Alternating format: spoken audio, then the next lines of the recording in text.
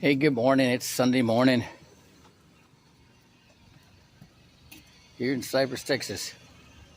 Do my little walk and talk real quick before I go to church. The Yesterday I did a lot of research, okay, and what's going on with the dollar being considered the world reserve currency, and what it's really all about is this fiat currency challenge, right? Because what happens is, being the world reserve currency, which meant it was designated primarily the currency to purchase oil. When we, back in the 70s,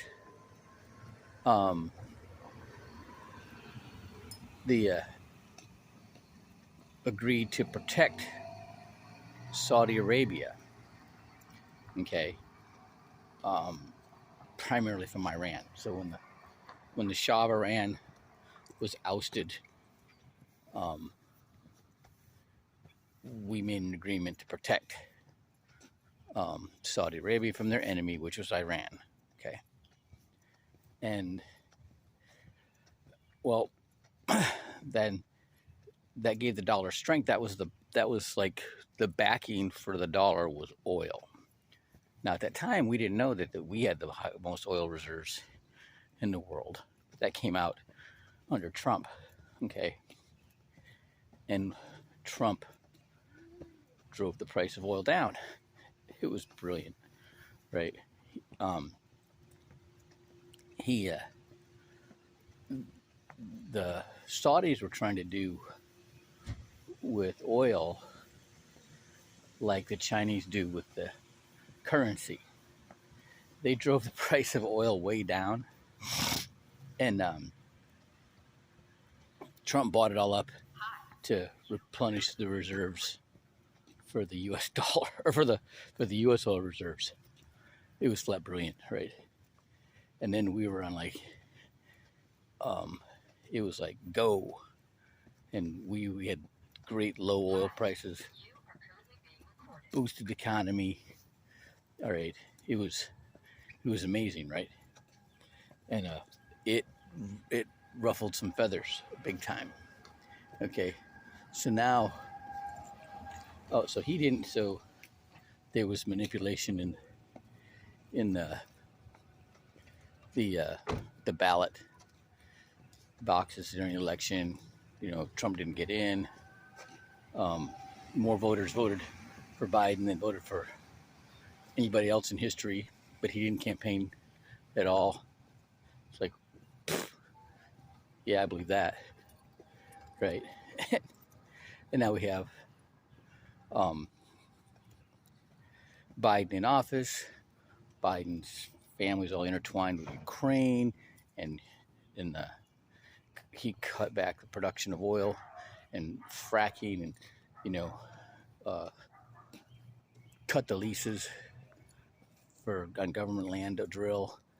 All these things to hamstring the United States. And what did that do? It brought up the price of oil in Ukraine, and that's what caused. That was part of the reason that Russia went in and attacked. Went into Ukraine because they claimed those oil reserves as theirs, right? But also they were using that to cut off funding for the New World Order, okay? And so there's hope. This war in Ukraine is a proxy war, okay? So when you look at the budget, right, when the debt ceiling, you look at what they're spending on defense spending, then there's foreign aid, and there's infrastructure.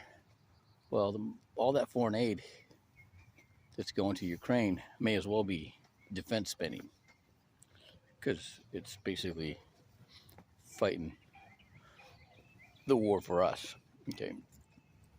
But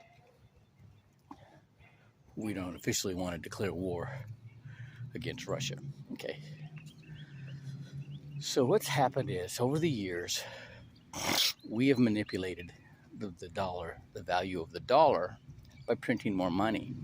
And it doesn't just affect Americans, it causes inflation all over the world, okay? Because that's what happens when we print more money, okay? There's more money out there, and it's all supply and demand, okay? So the dollar's worth less. And then countries that don't like that, especially countries that we owe money to, because the dollars we're paying back are worth less than the dollars that we borrowed, okay? So that's why this is really a battle against fiat currency, where governments can just, they don't have to be disciplined, they just print more money. It's like thinking you have money because you still have checks in your checkbook. Doesn't matter what's in the account, I got checks in the checkbook. I can write a check, okay? So that's what we've done as a country, all right? And it's going to be very disruptive. Everybody's scrambling to try to find the currency that everybody's going to recognize. It's got some value to it. So they're talking about a commodity-based cryptocurrency. So what's a commodity? Commodities could be grain, it could be food, it could be oil and gas, it could be anything tangible. It could be wood, could be anything, like anything tangible, right? Right, something that's real. You can put your hands on it, okay? They can be traded back and forth. So a long time ago, we're talking, say 5 years ago, all right? This guy called me up. I've known him for a long time. And he calls me up and he's talking about, he had this vision of that everything was going to go to barter. And, food was going to be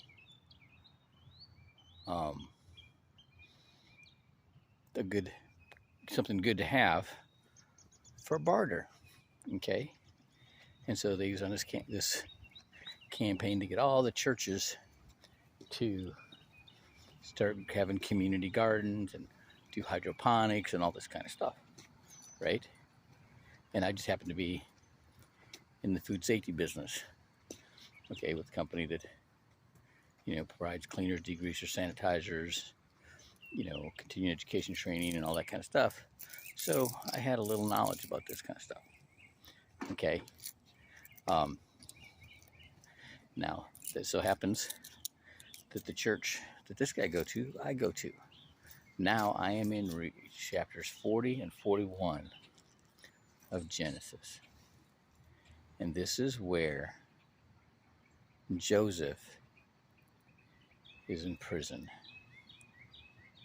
And then Joseph interprets dreams of these two guys. One was a baker and one was a cupbearer. And the cupbearer, he interpreted his dream that he was going to be back in front of the king, pouring wine into the king's cup, right? And the baker was going to be executed in 3 days. And that's exactly what happened. Now the king has a dream, disturbing dream, and this cupbearer remembers Joseph in prison, so he calls him and he interprets the dream for the Pharaoh. And just because he interpreted the dream, he gets placed in charge of all of Egypt. Okay, that is amazing. That is something else. I mean, what did he do? So the faith of the Pharaoh gave Joseph the credibility to run his nation, right? And he did it very shrewdly and wisely, okay? Very interesting, okay? So now we're in a situation where somebody had a vision and it's materializing like right now, and very interesting. The so it's here's the thing. Here's the thing. The problem we're having with the finances of the world is because people don't understand finances, and they're always trying to find some hack to get themselves ahead, some angle to get them more than they have coming to them, and they're gaming the system, okay, rather than mastering the strategy, rather than mastering the what produces. They try to steal from those that produce, and those that produce are done with it. Luckily for us in the United States, most of the people that produce are in the United States. We'll figure out